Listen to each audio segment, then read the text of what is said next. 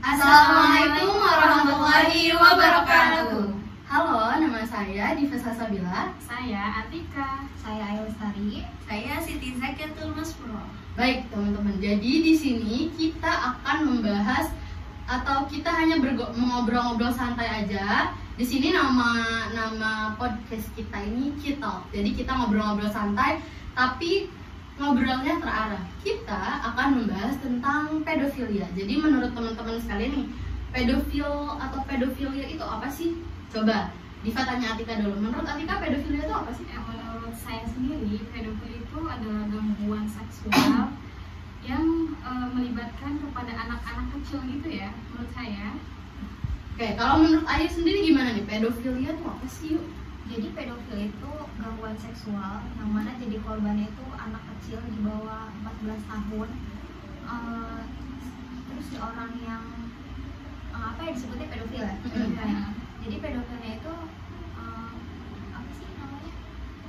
Mengarahkan seksualnya ke anak kecil itu. Oke, mengarahkan seksualnya kepada anak-anak. Jadi kalau menurut Zakia sendiri apa nih? Kalau aku tadi udah disampaikan sama Ayu ya. Jadi kalau menurut aku gangguan pedofil itu yang terjadi, gangguan seks yang terjadi sama seorang laki-laki yang ya dimana yang jadi korbannya itu seorang anak kecil gitu tuh. Oke, benar.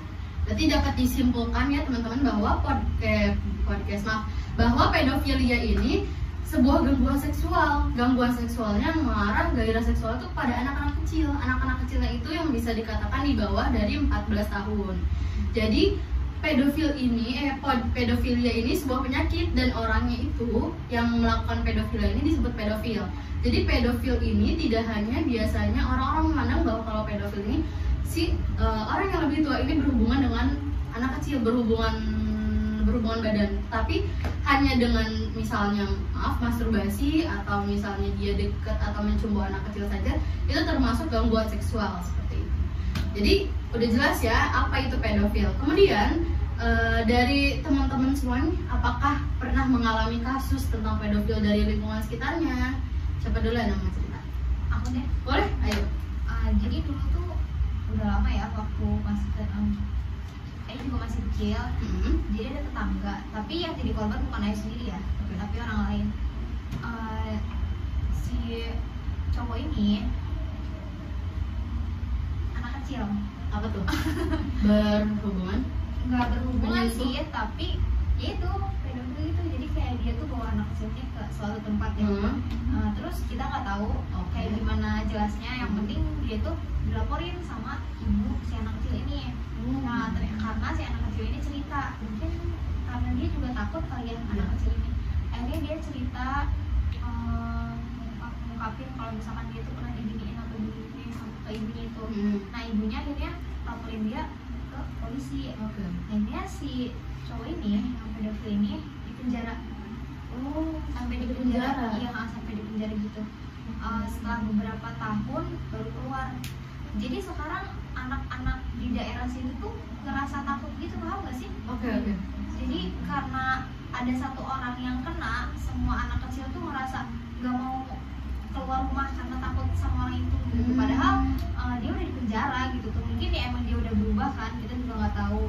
Tapi gitu, jadi penyebabnya itu anak-anak yang di situ tuh pada kena trauma. Padahal yang kena cuma satu orang gitu, tapi semuanya juga pada kena dampak gitu.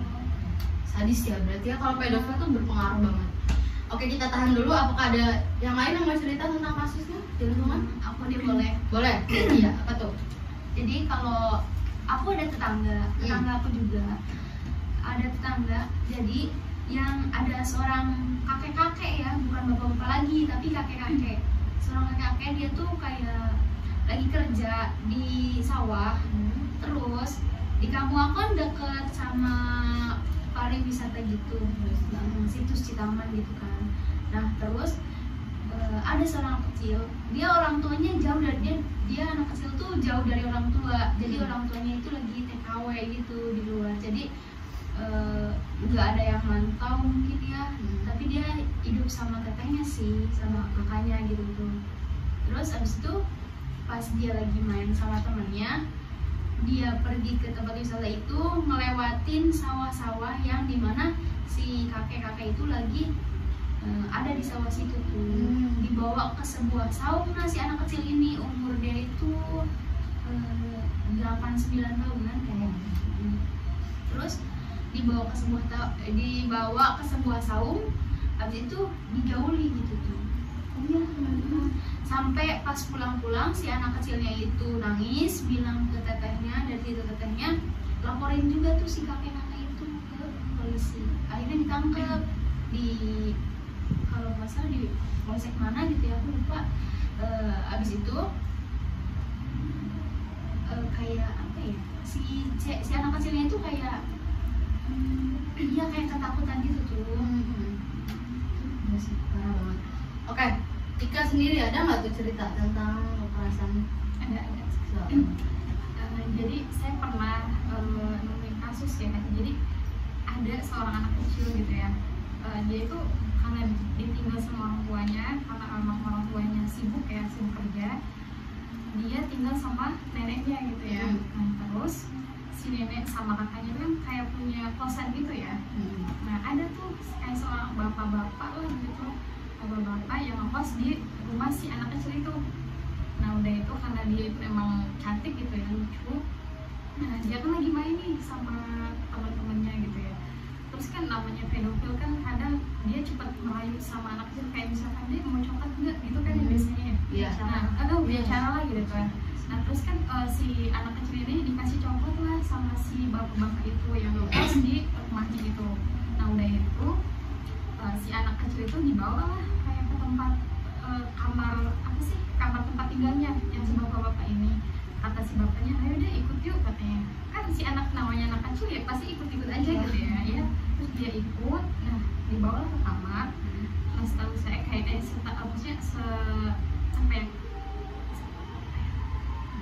pokoknya mah pas di kamar itu kayaknya mah mereka berdua itu, si anak kecil sama bapak itu ngelakuin lah dia berhubungan kayak gitu. Nah, udah itu dia kan keluar. Nah, pas keluar dia ngerasa, namanya anak kecil nggak bilang apa-apa, cuma dia tuh merasa sakit gitu ya. Nah, udahlah disapa sama kayak apa ya, orang tuanya, bukan orang tuanya sih, kakak dari orang tuanya, berarti budenya gitu ya. Nah, inilah ditanya, deh katanya siapa ya, saya lupa namanya. Deh katanya, kamu kenapa? Katanya aku diem aja. Dia tuh kayak apa sih, padahal dia tuh sakit, cuma diem aja, nggak tahu apa-apa gitu ya, menahan gitu ya. Terus ada kayak ngeganjel gitu tuh ya si uangnya itu, ya kenapa katanya, kok diem aja pas ditanya, tapi kayak ngerasa sakit gitu tuh. Nah, udah beberapa hari dia sekolah tuh ceritanya, karena si bapak-bapak ini kayak jualan apa gitu ya. Nah, ketemulah sama si dia ini nih, si anak kecil. Nah, udah itu karena ngerasa mungkin tertarik lagi gitu ya, pengen ngelakuin kayak gitu. Nah, kabur kan si anak kecilnya ini. Nah, takut berarti ya, takut berarti kan. Katanya, oh mau apa katanya gitu ya, sampai dia kabur. Udah tuh alhamdulillah si anak kecilnya kabur kan sama orang tuanya ke rumah gitu ya. Terus ada tuh si adeknya, ada anak kecil. Katanya, dia tolongin, katanya omnya pokoknya takut gitu katanya gitu ya. Udah itu ketawa lah sama neneknya. Kenapa deh katanya gitu ya. Udah masuk ya. Omnya katanya, nek saya takut sama om ini katanya gitu. Terus kata dia ngejelasin kenapa alasannya. Enggak, belum tuh ya. Terus kata si neneknya, udah nggak apa-apa katanya gitu ya. Nggak apa-apa kok, om ini mah baik katanya gitu ya. Udah tuh ya ceritanya udah itu. Nah, di suatu hari lagi gitu ya, karena orang tuanya emang bener-bener sibuk, dan neneknya pun pas waktu itu mau pergi, nggak tahu pergi kemana gitu ya, adalah dia sendirian di rumahnya. Nah, udah itu kayak si bapak-bapak ini yang deket, maksudnya kosannya kan deket sama rumah si adek itu. Nah, karena sepi, nah diajak tuh ceritanya, dia katanya, ayo temenin om yuk katanya gitu kan. Kan dia nggak mau tuh, saya deket, enggak om katanya, takut om katanya gitu ya. Karena udah mau 2 kali, tapi yang kedua kalinya gagal, yang pertama emang berhasil. Nah, udah itu karena dia nurutin tuh ya, pas dibopong gitu tuh, dipaksa gitu ya. Nah, dibawalah ke kamar si bapak-bapak itu, si om itu. Nah, udah itu karena dia takut, akhirnya kayak apa sih, dia kan di kamar mandi ceritanya. Nah di kamar mandi tuh dia kayak gitu tuh berhubungan lagi dan sampai meninggal. Si anak kecilnya di WC gitu tuh. Pas itu karena dia meninggal gitu ya, karena dia meninggal kayak dia tuh di apa sih di kloset gitu tuh dimasukin. Terus si anak kecilnya dimasukin kayak apa ya, ada baju dianya apa gitu ya, jadi di apa sih ditutupin gitu tuh nggak ketahuan. Terus udah apa ya, si nenek sama orang tuanya udah nyariin kemana-mana gitu ya, nggak ketemu gitu ya. Udah berapa hari kok si dia nggak ada, dia kalau misalnya namanya kok dia nggak ada katanya gitu ya. Udah dicari-cari. Terus si om itu tuh kalau nggak salah dia pulang ke orang tuanya, ke rumah orang tuanya gitu ya. Terus udah itu kan udah biasa aja ngejalanin hari-hari biasa gitu ya. Udah beberapa hari kalau nggak salah, nah ketahuan lah kayak bau apa gitu, baunya gitu ya. Nah akhirnya ada polisi lah gitu. Otomatis kan kalau misalnya udah ada polisi kan pasti ketahuan lah siapa yang pelakunya. Dan alhamdulillah polisi udah tahu pelakunya, langsung lah ke rumah orang tuanya. Dan si apa sih anaknya ini yang ngelakuin itu yang tadi itu orang tuanya bilang apa iya katanya kamu ngelakuin kayak gitu. Terus polisi ke situ, akhirnya dia tangkap kayak gitu sih. Jatuhnya malah ke pembunuhan ya, awalnya dari pedofil jadi malah pembunuhan ya. Sampai bahaya banget gitu. Cukup menarik nih teman-teman. Jadi dari beberapa banyak kasus yang tadi sudah diceritakan, dari yang anaknya trauma sampai lingkungannya juga pada trauma, bahkan sampai meninggal, yang paling parah sih menurut saya. Oke, dari semua penjelasan tadi, menurut kalian nih, itu kan lumayan parah-parah banget kan? Apa sih penyebab seseorang ini melakukan pedofilia? Nggak mungkin dong dia tiba-tiba suka nih sama anak kecil tanpa tahu penyebabnya apa nih. Apakah dari latar belakang dia kayak gimana? Jadi menurut teman-teman apa nih? Kenapa sih penyebab pedofil itu? Kenapa orang-orang itu, kenapa individu ini bisa menjadi seorang pedofil? Boleh? Jadi saya dulu ya. Boleh? Kalau menurut saya gitu ya, penyebab dari seseorang itu memiliki gangguan pedofil itu karena dia tuh gangguan apa sih, otak juga ya. Gangguan otak. Terus sama dia tuh punya pengalaman yang dulu itu dia pernah, akhirnya dia kayak melakukan lagi gitu. Balas dendam. Iya kayak gitu. Ayo yang lain, ada lagi pendapatnya? Menurut aku kayak ada kesempatan gak sih buat si yang punya gangguan pedofil itu kayak ada kesempatan buat ngelakuin itu karena melihat kondisi si anak kecilnya itu loh. Kayak anak kecil itu karena dia tadi karena kasus yang aku si anak kecilnya nggak ada orang tuanya lagi di luar negeri, lagi kerja. Berarti dari lingkungan sekitar mendukung sekali ya? Kayak gitu sih. Ayu sendiri ada nggak tambahan? Kalau penyebab sendiri kayak belum tahu pasti ya kenapanya. Cuma ada beberapa faktor yang si orang ini tuh bisa jadi pedofil. Yang pertama itu tadi benar kayak apa sih? Yang pertama itu yang kedua bukan. Dia pernah ngalamin kayak gitu. Jadi suatu saat dia tuh punya pikiran kayak dia harus nyari korban juga gitu tuh. Jadi kayak gitu ya. Jadi terus yang kedua bisa jadi IQ dia tuh rendah. Kayak kita ya depan gitu ya. Terus bisa jadi juga kayak dari orang tuanya ini punya gangguan apa sih namanya? Psikis gitu loh. Jadi kemudiannya juga mungkin ya gitu sih ya. Jadi lumayan banyak ya penyebabnya tuh sebenarnya belum pasti, tapi kalau dilihat dari faktor-faktornya mungkin memungkinkan seorang yang menjadi pedofil. Yang pertama ada unsur otaknya juga, unsur pemikirannya, terus dari latar belakang dulu dia sebagai korban dan mencari korban lagi. Kemudian ada yang tadi dari lingkungan, karena lingkungannya mendukung gitu. Jadi si anak itu sendirian, nggak ada orang tuanya mengawasi. Jadi orang-orang yang memiliki penyakit itu berpuasa bisa gitu melakukan itu ya. Oke. Jadi lumayan itu ya. Jadi teman-teman bisa dilihat dari situ tuh. Jadi kalau misalnya ada melihat ada orang-orang yang aneh dan melihat anak kecil gerak-geriknya aneh, bisa dicurigai itu. Kita lanjut ke pembahasan berikutnya. Apa sih dampak yang ditimbulin dari korban pedofil, dari si anak yang terkena orang yang pedofil ini? Dampaknya apa nih menurut kalian? Kalau di kasus aku ya, kalau di kasus aku sih, jadi si korbannya ini kayak dijauhin sama teman-temannya gitu tuh. Iya, jadi dia tuh kayak ini loh dia Dikecilkan ya? iya dikecilkan, dijauhin sama temannya gitu. Tapi harusnya nggak dikucilin gitu nggak sih? Iya. Soalnya dia emang nggak salah apa-apa. Gak salah apa-apa, terus harusnya butuh support dari Iya, orang harusnya lain. teman-teman sendiri tuh kayak sabar ya gitu, apa ngasih Iya. semangat gitu tuh Iya, yang bener. lebih baik sih. Tapi di lingkungan si anak kecilnya itu malah jadi kayak nggak mau lah temenan sama dia karena dia tuh bekas ini gitu tuh. Oh gitu. Ayo menurut yang lain gimana nih? Ya, tapi kalau di kasus saya sendiri gitu ya, kalau orang yang apa sih, ya orang anak kecil yang digituin gitu ya, jadi dia itu kayak diem gitu ya, pertama diem, terus ngerasa trauma yang hebat gitu tuh, kayak mau kemana pasti tuh takut, terus kayak dia nggak mau sekolah juga, nggak tahu karena mungkin malu atau gimana gitu. Pokoknya kalau misalkan berinteraksi sama orang dia tuh merasa apa ya, ya trauma yang hebat ya pokoknya. Ayo mau nambahin? Boleh sih. Jadi kalau misalkan apa sih kena apa sih yang kena Korban. ya korban itu traumanya bukan ke korban aja gitu tuh. Mungkin si anak-anak kecil daerah tertentu itu mungkin dia juga mereka juga bakal ngerasain kayak takut keluar rumah gitu tuh, takut ada orang ini apa, karena kan mereka udah pada tahu semua kan pastinya gitu. Apalagi kasusnya kalau Ayu mah orangnya masih di lingkungan Iya, situnya masih kan, di jadi kalaupun dia sudah keluar dari penjara sekalipun, anak-anak pasti stigmanya masih berpikir bahwa wah penjahat nih orang nih, saya takut dikit sama dia gitu ya.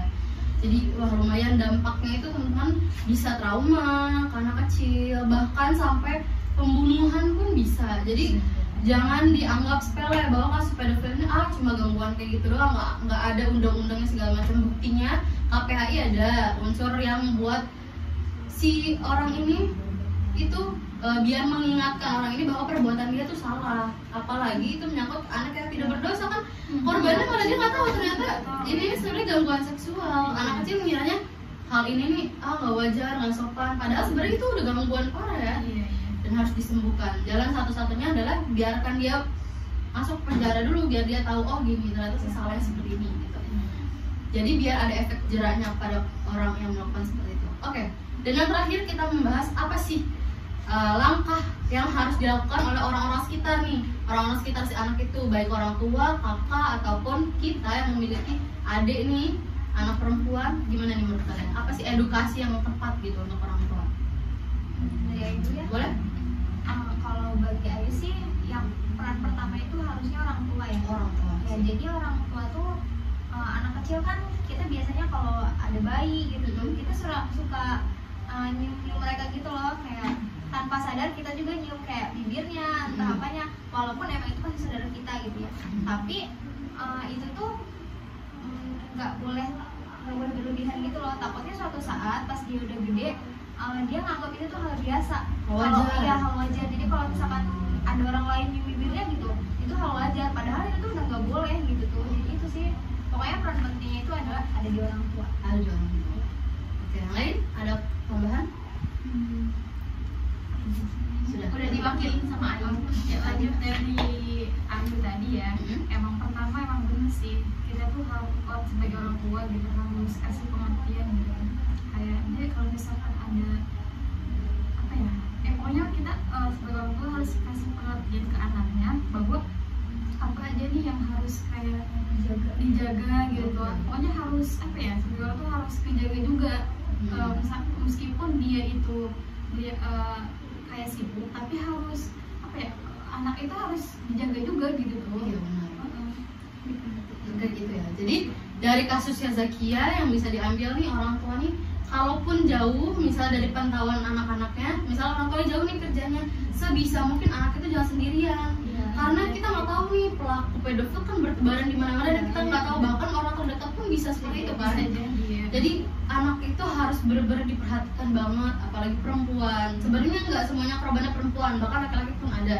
Cuma yang lebih cenderung sering itu perempuan, dan kadang mereka juga nggak mau speak up gitu tentang hal itu.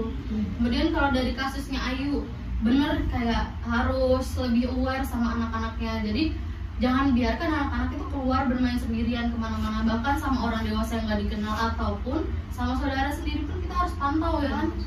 Bener, karena efeknya itu nggak cuma ke anak itu, ke lingkungan pun mempengaruhi. Jadi anak-anak lain tuh ngerasa takut kalau misal udah ke trigger nih, wah ada orang ini nih, walaupun orangnya masih jauh tapi ngedenger namanya aja mungkin dia udah takut ya. Iya, benar. Gitu. Terus kalau misalnya dari Atika, serem sih sampai pembunuhan loh. Kayak sadis banget gitu, dia sampai segitunya. Padahal kenapa nggak, kalau bahasa kasarnya orang dewasa lebih banyak ya daripada anak kecil, tapi kenapa harus anak kecil gitu yang mereka kasihan nggak tahu apa-apa, nggak tahu apa-apa, terus nggak ngerti kenapa sih kok diginiin, bahkan sampai meninggal kan. Traumanya bakal berkepanjangan banget sih. Terus kalau misalnya anak ini sudah meninggal kan dia udah nggak ngerasain trauma, tapi kalau misalnya anak itu yang masih hidup terus berkembang menjadi dewasa, pasti dia ngerasa saya udah berdosa nih, saya udah nggak bener nih, anggota tubuh saya udah nggak sempurna, nggak suci gitu ya. Jadi lebih diperhatikan lagi kalau misalnya kakak punya adik perempuan, dikasih tahu edukasi nih apa yang harusnya dijaga dari anggota tubuh mereka gitu.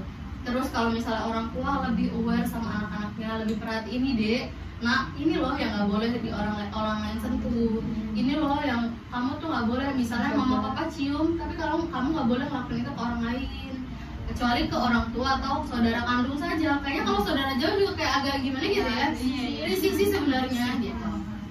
Jadi segitu saja pembahasan kita kali ini, cukup menarik ya teman-teman ya. Sudah kita bahas tuh apa itu pedofil, terus kasus-kasusnya pun ternyata banyak di lingkungan kita yang tanpa kita tahu. Ternyata itu tuh lebih banyak dan itu terselubung ya, enggak yang kayak orang di berita besar gitu ada gitu. Nah terus kemudian penyebab pedofil pun kita udah tahu karena dia punya latar belakang yang seperti itu dan mencari korban juga, mungkin bisa jadi dari situ. Kemudian dampaknya ke anak-anak itu mereka menjadi trauma, terus lebih mengurung diri, lebih diem dan gak mau berani berbicara sama orang tua. Mungkin orang tua juga bisa nih dijadikan pelajaran di sini. Jadi harus dikasih tahu kan ke anak-anaknya kalau misal ada masalah apa-apa kamu harus cerita ya ke mama. Mau apapun itu mama gak bakal marah, tapi kamu harus cerita gitu.